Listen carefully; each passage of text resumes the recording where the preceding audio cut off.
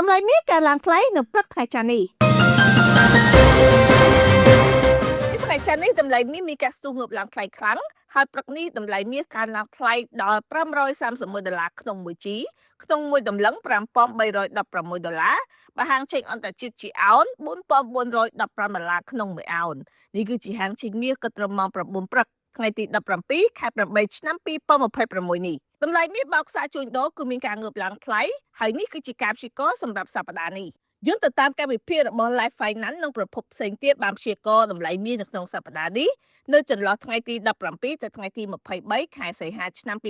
2026នៃវិភាគរំពឹងថានឹងមានការប្រែប្រួលខ្លាំងកម្រិតមធ្យមសម្រាប់ការព្យាករណ៍សំខាន់ៗរួមមានសម្រាប់កម្រិតទាបនៃតម្លៃមាសនៅតម្លៃ$4,114ហើយសម្រាប់តម្លៃមធ្យមប្រហែល$4,498ទៅ$4,626រីឯកម្រិតខ្ពស់មានតម្លៃ$4,882ក្នុង1អោនកត្តាសំខាន់ៗដែលនឹងជះឥទ្ធិពលទៅលើតម្លៃមាសនៅក្នុងសប្តាហ៍នេះមានដូចជាការចេញផ្សាយពីការប្រជុំ FOMC Fed Minutes ទិន្នន័យផលិតកម្មឧស្សាហកម្មអាមេរិកនិងសន្ទុះ PMI ស្ថានភាពភូមិសាស្ត្រនយោបាយជាពិសេសតំបន់មជ្ឈិមបូព៌ា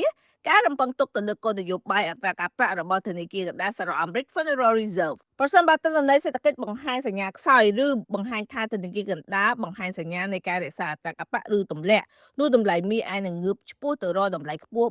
$4,500ទៅ$4,600ក្នុង1អោនទៅវិញប្រសិនបើប្រាក់ដុល្លារអាមេរិកនៅតែរឹងមាំតម្លៃមាសអាចធ្លាក់ចុះមកក្រោម$4,300ក្នុង1អោនវិញសម្រាប់តម្លៃមាសនៅទីក្រុងភ្នំពេញវិញតម្លៃមាសនៅក្នុងស្រុកនឹងមានការប្រែប្រួលទៅតាមតម្លៃអន្តរជាតិដែលបច្ចុប្បន្ននេះតម្លៃមាសមានតម្លៃចន្លោះពី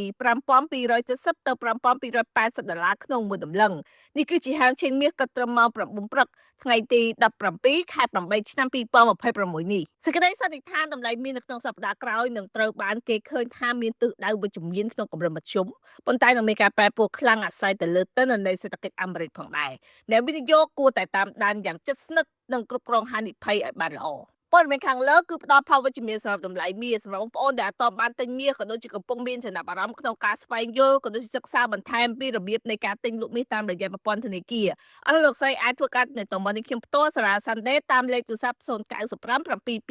337បងប្អូនទទួលបានការប្រឹក្សាដែលឥតគិតថ្លៃបូករួមការបើកគណនីទិញលក់មាសតាមរយៈប្រព័ន្ធធនាគារដែលឥតគិតថ្លៃ